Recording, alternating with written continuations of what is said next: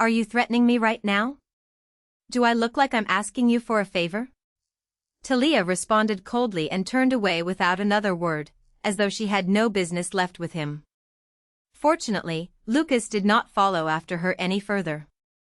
Talia once again headed toward the entrance of the village, taking Con with her, water dripping from him.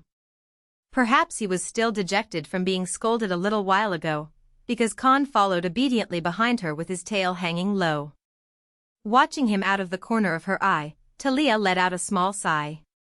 It was hard not to feel deflated seeing the beast that had torn a grown man's arm off in the blink of an eye now creeping along with his ears folded halfway back, cautiously watching her expression. She roughly rubbed the corner of her mouth, where traces of blood she had failed to wash away still remained, against the hem of her coat and admonished him in a stern voice. From now on, you mustn't hurt people recklessly. If you keep showing everyone how fierce you are, they'll all come to fear you. And if that happens, they might take you away from me. Talia swallowed the words that had risen to her throat and added, deliberately pretending that it was nothing to worry about. It's okay. No matter what anyone around us says, I'm not going to let you go. Perhaps reassured by the gentler tone of her voice, Con rubbed his head against her side. Talia gently scratched behind his ears and looked around. Perhaps they had rushed over after hearing the commotion, because armed soldiers stood along the roadside, forming several layers of a wall. It seemed they were trying to prevent the residents from witnessing the gruesome scene of the accident. As though protecting Con from them, Talia wrapped one arm tightly around his head and walked toward the carriage waiting at the end of the road. The guards kept their hands on the hilts of their swords, remaining vigilant, but they did not stop her from allowing Con to climb into the carriage compartment. They seemed reluctant to point out the danger Con posed, perhaps fearing they would be held responsible if anything happened to the Grand Duchess as a result. Talia gave a derisive snort and, the moment she sat down on the carriage seat, slammed the door shut. Before long, the carriage began to move. Talia pulled aside the curtain covering the window and looked out at the disorderly village. Although the soldiers were swiftly controlling the streets, many residents had already gathered around the outskirts after hearing the commotion. Talia watched the faces of people whispering into one another's ears with anxious expressions, then soon let the curtain fall again. Just then, the evening bell began ringing from the church. As Talia listened to the sound of the bell, which seemed to announce the end of the brief peace they had finally found, she buried her face in Con's mane as though trying to shake off the uneasiness slowly creeping up inside her. He realized that he was dreaming. It was as though he were submerged underwater. His ears felt muffled, and the senses that were normally always sharp and alert had sunk into a damp, cotton-like haze. More than anything, the complex and varied scents drifting through the air had become faint, as though they had been diluted with water. All he could sense was the faint scent of grass, the fragrance of flowers, and her scent subtly mingled among them. Pretty. Feeling the youthful voice giggling and tickling his ears, he curled his fingers into a fist. Only then did he become aware that he had a human pair of arms and legs. At that moment, a yearning bordering on a shiver of ecstasy swallowed him whole. His stomach seemed to melt from the overwhelming urge to spring up at once and pull her tightly into his arms with all his strength. He wanted to caress her soft face with his fingertips to his heart's content, until he was satisfied, and whisper her name into her little ear until he grew tired of saying it. Yet his body, lying at a slight angle, did not move an inch. It was as though someone else had taken possession of his body and that shameless intruder seemed intent on keeping his eyelids lowered and pretending to sleep. "I'll make you look even more like a princess." That youthful voice, thick with mischief, tickled his ears once again. Soon afterward, he felt something slender brush against the area around his ear.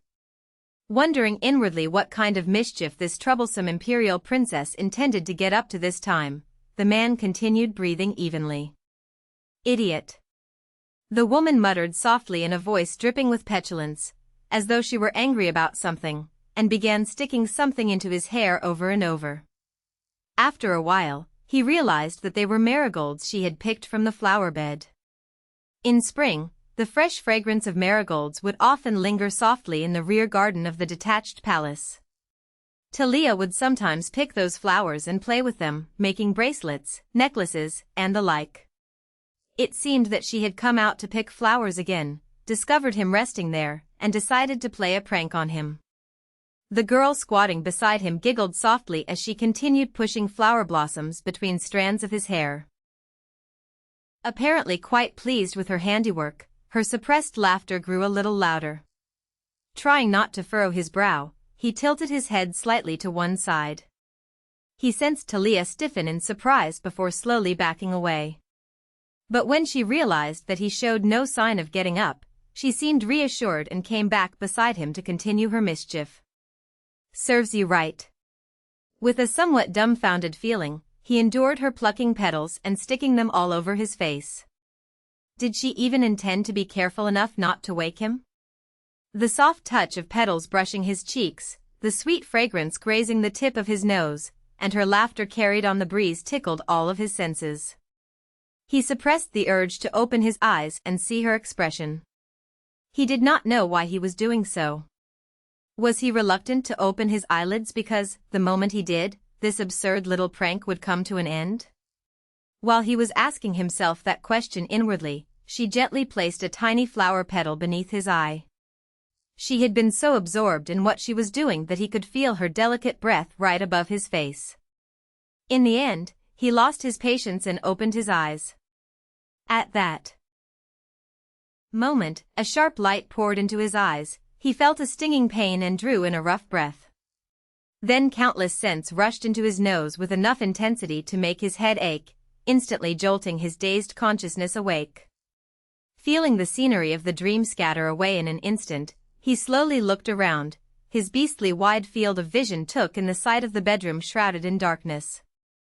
For a moment, he remained seated without moving, taking in the crescent moon resting against the window, the fireplace emitting a faint glow, and the desk piled with various ledgers and parchment documents. Then he slowly rose and approached the bed. There, he saw Talia breathing evenly, her golden hair spread out like a fan around her. He quietly gazed at her face, softly illuminated by the light of the fireplace, then pulled the blanket that had slipped down to her chest back up beneath her chin. Perhaps finding it slightly stuffy, she murmured softly and shifted her body a little. He lowered the blanket slightly and stared at her face. In the span of barely 2 years, Talia had changed into someone remarkably more lively. Perhaps because she often took him outside with her, the complexion that had once been pale now always carried a healthy flush, and even her eyes, which had once been overshadowed by deep circles, had begun to regain a bright sparkle. But the greatest change was in the atmosphere surrounding her. The guarded, tense air she had always carried, constantly wary of her surroundings, had softened considerably, and she was much less restrained when laughing or getting angry. That wasn't all. She no longer lashed out at those around her because she could not control her emotions, nor did she hurt herself anymore. She no longer behaved as though she had deliberately resolved to make everyone around her hate her, and she had stopped putting herself into difficult situations.